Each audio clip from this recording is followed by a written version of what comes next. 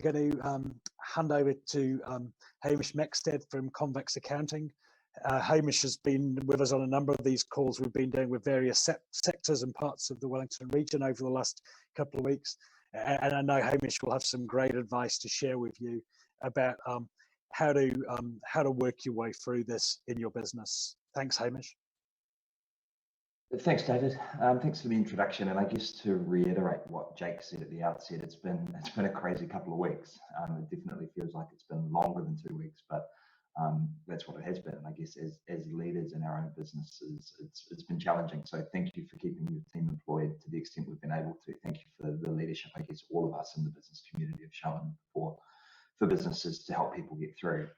And I guess as Steve said just before, a lot of it comes down to scenario planning. Because if we know what we're going to do if a particular event plays out, so to use this example, if occupancy was 10% or 30%, it takes the emotion out of things and it makes the decisions a lot easier to process because we know what we're going to do up front. But I guess over the last couple of weeks, we've evolved from a situation where people were desperate to find a chair to sit on when the music stopped playing. And there was panic through most of the businesses we were talking to. But we all got a level of comfort from the wage subsidy, and that let us think at night. But I think now we've got to get to a stage where we're thinking about what the weeks and months ahead look like, so that we can get through once the wage subsidy stops. Because I think for some business owners, the subsidy is a little bit of a poison chalice in that it let us sleep at night, but it also shielded us from what the financial future looks like moving ahead. So we've got these 4 levels that we're dealing with now. We don't necessarily have any clarity as to exactly what it's going to look like at level 3, level 2, level 1. But we can work through what the government have said each level looks like and then start to apply that to our business. So you might look at it and say, at level 2, we're expecting a 80% decrease, 30% decrease, whatever it is.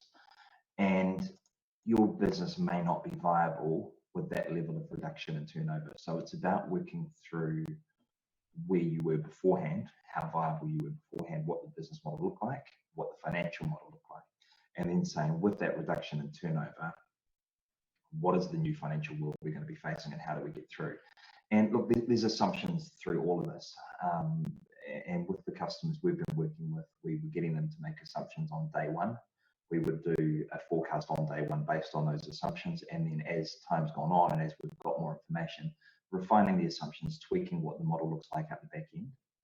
And then that lets us sleep at night and get through. So for us as a business, we run weekly cash flow forecasts based on our most likely scenario to date.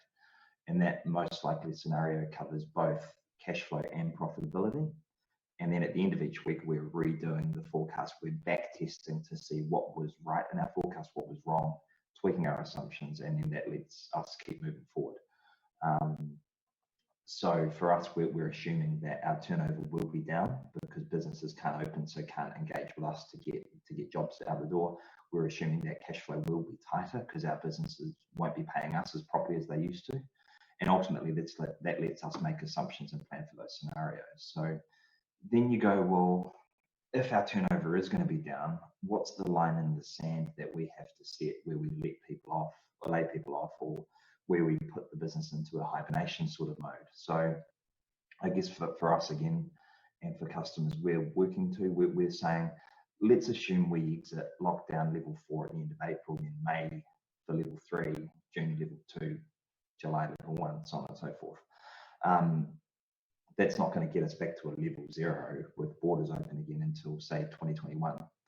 Then you go, well, at level 3, we've got businesses working from home, we've got no travel, we've got venues closed, we've got no mass gatherings, so we've got no local tourism. How do you redeploy your people, as Jake was saying earlier, into other areas of your business, or how do you reshape your product offering to make sure that there is something you can sell until we get to a level 2 where you've at least got the potential for some local tourism? But even at level 2, right, we've still got physical distancing, so it's really hard for a cafe to open. It's going to be offices splitting their teams into 2 with limited mass gatherings. So you're going to have lower pedestrian counts in the Wellington CBD, which then means your cafes and your hospitality outfits are going to find it harder to stay open, or at least to stay open with the same staffing levels. But even when we get back to level 1, we've got domestic tourism only, right? So how can you redefine your product offering without discounting? Because I think if we all rush to discount, profitability goes through the floor, and if profitability goes through the floor, we can't keep our people open. I can't keep our people employed. So it's about making sure you know what the model looks like and getting your financials to stack up against it. And look, we've got a window right now where we can get this stuff done. We've said for years and years that we want to have more time to work on our business and not in it. So now we can all step back, and we've got a window with the wage subsidy keeping the lights on, where we can work out what we do when the wage subsidy stops, because we can't bank on the government extending it. We can't bank on there being a handout to get us through. And look, if that handout and that support comes, then that's great, but we can't base all of our planning on it today and tomorrow. So if you're a coffee shop, I think it's really easy to plan what each of the levels look like, because we know that we're going to have reduced volumes. We know that we're going to have less tourism, and maybe there's not as big an impact because we're coming into winter, but you've still got to plan for that. You've got no internationals, no domestic, and these are all things we know. But what we need to identify is what our turnover is going to be, because we need that turnover to cover wages, to cover rent, but we also need it as a business owner to take home profit, to feed our own families, and to pay mortgages. You also need it to reinvest back into your business, to do the refits that you need to be doing, to pay down debt, to pay the tax bill. So it's about saying and identifying whether your business will be viable in the new post-COVID world. And if not, how do you reinvent your product offering or reinvent your prices to get you through? And more often than not, it's coming down to 5 main questions with our customers. So first of all, identifying what the runway of cash you've got is. So how much cash have you got on hand today? Then how quickly are you going to burn through that cash based on your revenue reductions? So calculating what the lockdown looks like, and there's rules of thumb out there. I mean, if you look at what the London School of Economics are putting out, they're talking about 50% reductions for the first month, 25% reductions for 2 months after that, 10% permanent. Now that's across the wider economy, and if you compare those to the statistics David was giving at the outset of this webinar, that's a much gloomier picture again. So you've got to know how much cash you've got, but then how quickly you're going to burn it out. Then, if you're able to, how do you extend your runway? So how do you take on more debt, bearing in mind you've got a permanent reduction in turnover? How do you then reduce your costs and identifying your nice to haves versus your essential spending, with the caveat being that we don't want to cut back on costs too much, because the music is going to turn back on again one day. And when the music turns back on, you've got to be in a position to hit the ground running and to take advantages of the opportunities which will be out there. And then finally, how do you mitigate the revenue loss? So is there ways that you can repackage or partner with others to keep a level of turnover up through partnerships or through your local tourism? And ultimately with this data, you then get a sense of when you need to hibernate or what your minimum viable business looks like. So going back to the coffee shop, the trigger for their hibernation could be still being in level 2 at the end of August. And then the hibernation could look like reduced hours. It could look like the business owner running the store themselves or doing coffee only and no food. But if you know what your trigger is going to be, you can then come up with a response and find what your business as usual is going to look like moving forward in the post-COVID world. Now, look, this is easy to understand for a coffee shop. It's a little harder to understand for a more complex business like a hotel, a venue, or a tour company, but fundamentally the same concepts still apply. It's about understanding your revenue position and then whether your business model still works to pay rent, to generate a profit, and for you to keep going. It's then about saying, do you have the cash on hand to pay the debt? But then if you're a venue or a promoter, is the revenue from each show or each gig that you're running going to be enough with the lower capacity levels we're going to have at level 1 or level 2? If you're a hotel, what do your rent payments look like in light of the new occupancies? Or if you're the landlord to the hotel, what do your personal debt repayments look like in light of the new rent from the hotel with lower occupancies? Or if you're in retail, how do you keep your stock levels at the right stage and making sure you've got enough working capital to buy new stock as the stock runs out on your shelf? But the main thing, I guess, for all businesses is to look at what your supply chain looks like. So by this, I mean, look at all of the other businesses who are involved in you generating revenue, and then how are they going to be affected, because that's going to affect you and your business. So for all in the tourism sector, right, in New Zealand is a key part of the supply chain, bringing international visitors to the country. Even with the international borders reopening, in New Zealand is going to be a smaller, more domestic airline, so that's going to mean fewer international air connections. What does that mean for your business if you're not all of a sudden having a direct connection in with tourists from the States or from any other country offshore? But if we can identify what those things look like, then we're in a much better place to move forward.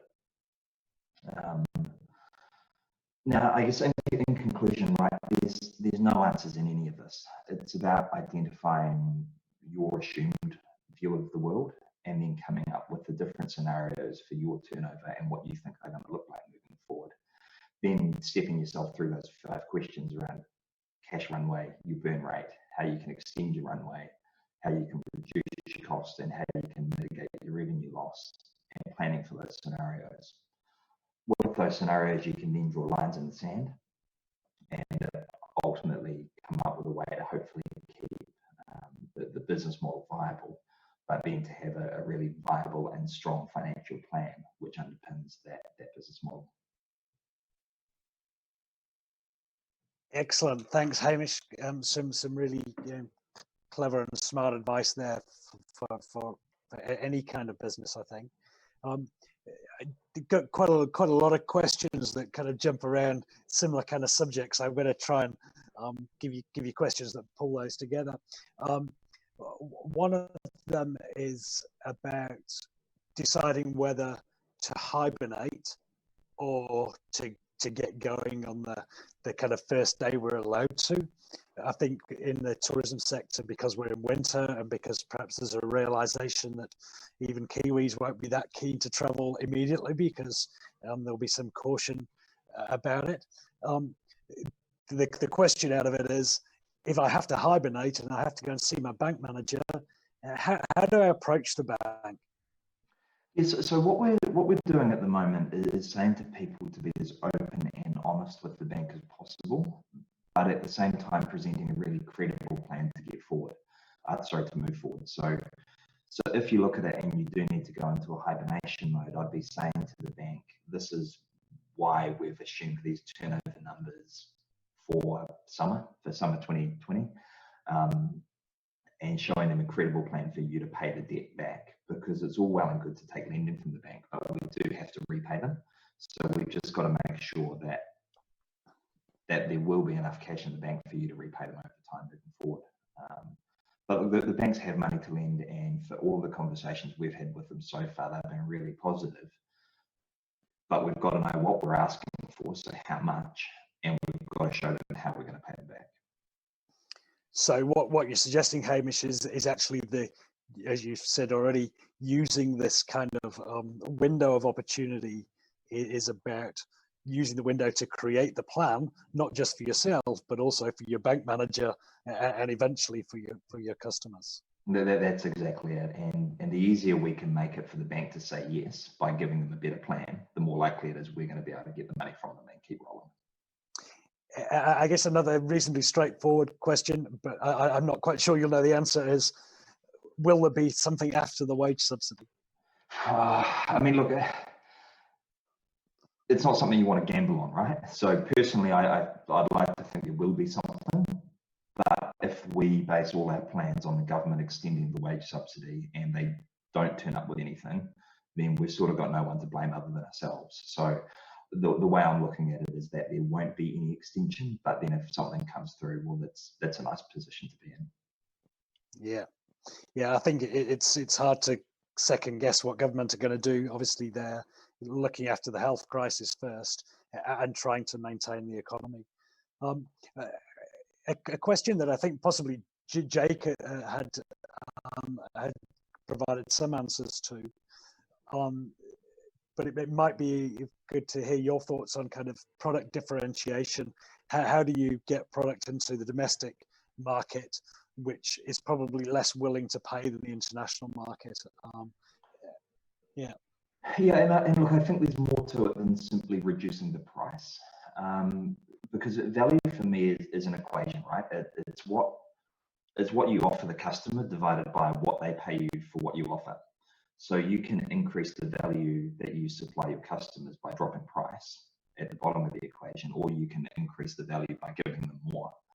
And giving them more isn't often the cost or what you actually deliver. It's about explaining the value to the customer before they receive it. So look, I'm not the most experienced tour operator in the world, so it's going to be dependent on your particular business, but you'd be looking at it saying, what's the experience? What can I deliver you after the initial experience? How can I make the pre-experience better?